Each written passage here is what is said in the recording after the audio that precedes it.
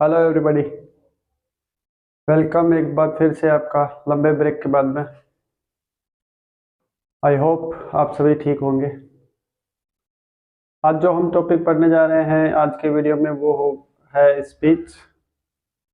Video को skip बिल्कुल नहीं करना है, पूरा देखना है। जिन्होंने सब्सक्राइब नहीं किया है वो सब्सक्राइब ज़रूर कर लेना।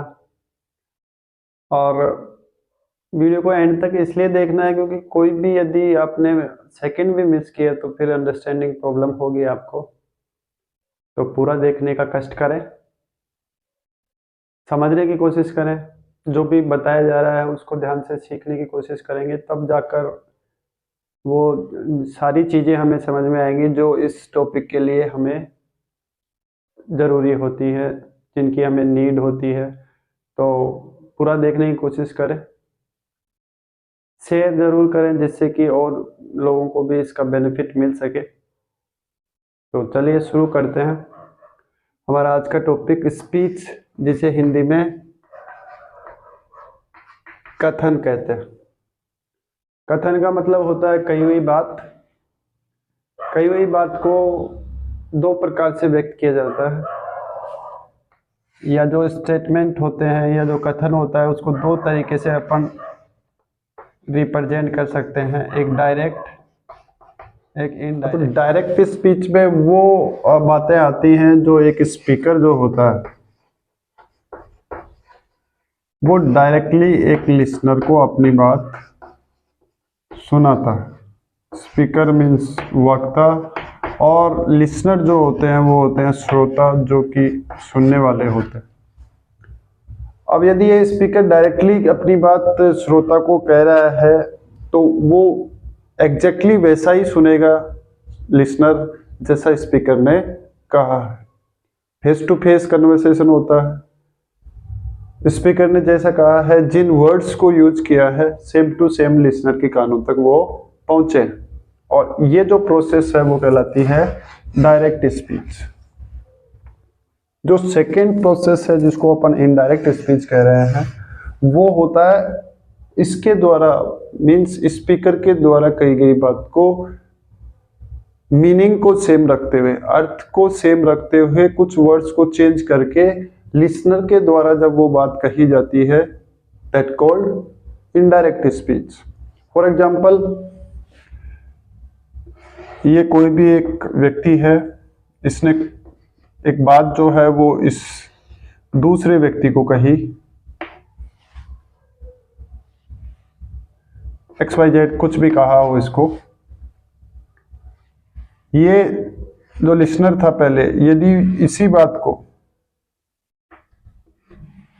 थर्ड व्यक्ति इंसान तक वो बात पहुंच जाती है, लेकिन अब ये जो बात इस तीसरे व्यक्ति के कानों में पहुंची है वो डायरेक्ट इसने नहीं बोली है, जो जिसने पहले सुनी उसके द्वारा वो बात कही गई है, और ये जो बात यहां से यहां तक पहुंची है वाया इधर से, ये कहलाता है इनडायरेक्ट स्पीच। अब इनडायरेक्ट स्पीच का सेंटेंस या जो इस स्पीच का सेंटेंस होता है जिसको हमें सोल्व करने के लिए एग्जाम में मिलता है, वो कैसा होता है वो अभी अपन देखते हैं।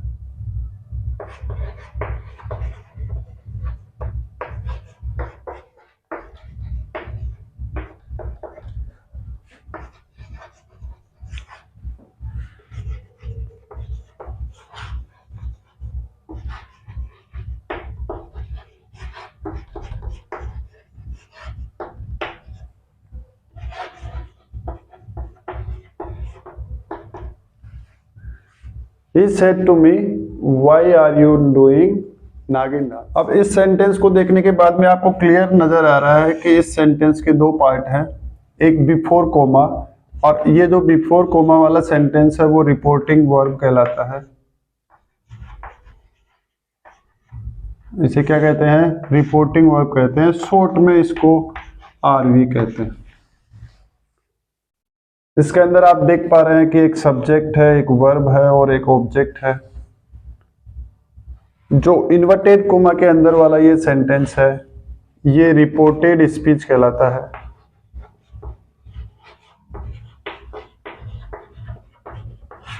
और शॉर्ट में इसको RS कहते हैं, reported speech R means reported, S means speech. तो ये जो इन्वर्टेड कोमा के अंदर का सेंटेंस है ये कहलाता है रिपोर्टेड स्पीच। अब दो प्रकार के आपके पास में दो सेंटेंस हैं, एक कोमा से पहले वाला, एक को इन्वर्टेड कोमा के अंदर वाला। अब जब हम इस सेंटेंस को इनडायरेक्ट स्पीच में कन्वर्ट करते हैं तो कुछ हमें नेसेसरी चेंजेस करने पड़ते हैं। ये जो रिपोर्टिंग वर्ब है इसमें एक चेंज होता है, ये जो साइंस हैं दोनों इन्वर्टेड कोमा और कोमा वाला ये रिमूव हो जाते हैं, हटा दिए जाते हैं। टू को भी हम रिमूव कर देते हैं। और ये जो रिपोर्टेड स्पीच है इसमें मैक्सिमम 3 टाइप्स ऑफ चेंजेज होते हैं। टू को रिमूव करना है, दोनों साइंस को रिमूव करना है और 3 चेंजेज, मैक्सिमम 3 चेंजेज, जरूरी नहीं कि तीनों के हों, वो इस सेंटेंस पे डिपेंड करता है कि इसमें कितने चेंजेज होने वाले हैं। और ये जो हमने यहाँ पे साइंस को रिमूव किया है इसको रिप्लेस करेंगे अपन एक कनेक्टिव वर्ड से।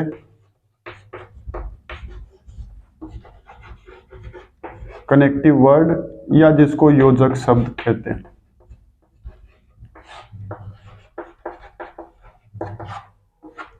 योजक शब्द का मतलब दो वाक्यों को जोड़ने वाला शब्द या कनेक्टिव वर्ड, या जिसको कंजक्शन भी कह सकते हैं। योजक शब्द होता है वो जो दो सेंटेंसेस को जोड़ता है।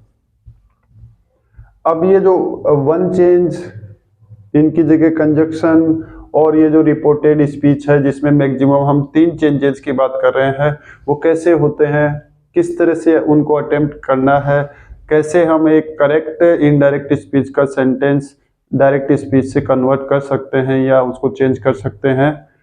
Let's see. सबसे पहले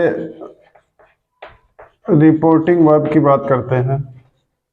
रिपोर्टिंग वर्ब में हमने कहा एक चेंज होना है। कितने चेंजेस होंगे? Only 1 change. और वो भी होगा जैसे यदि हमारे पास में से हो, सेज हो, सैड हो, या फिर शैल, विल प्लस से हो। या आप जानते हैं ये present,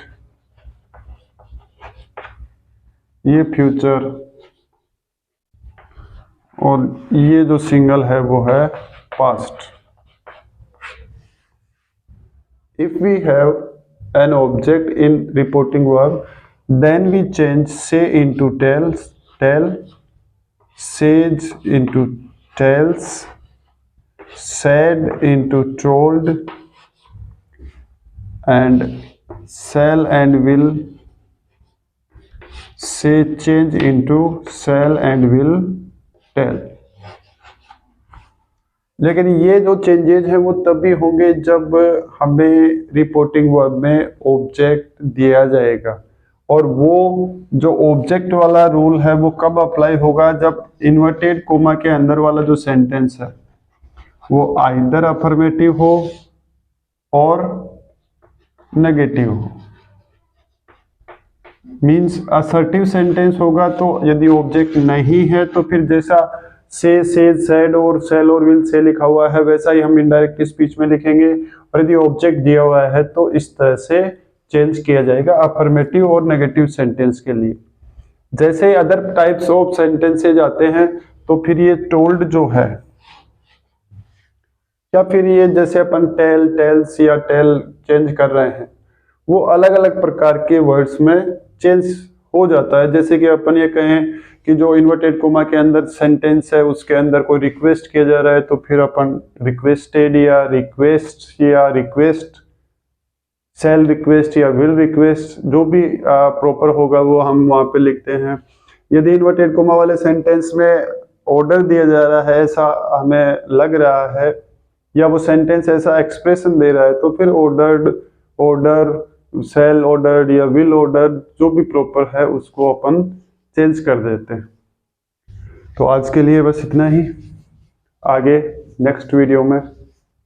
till then, good bye, thank you for watching, see you soon in the next video.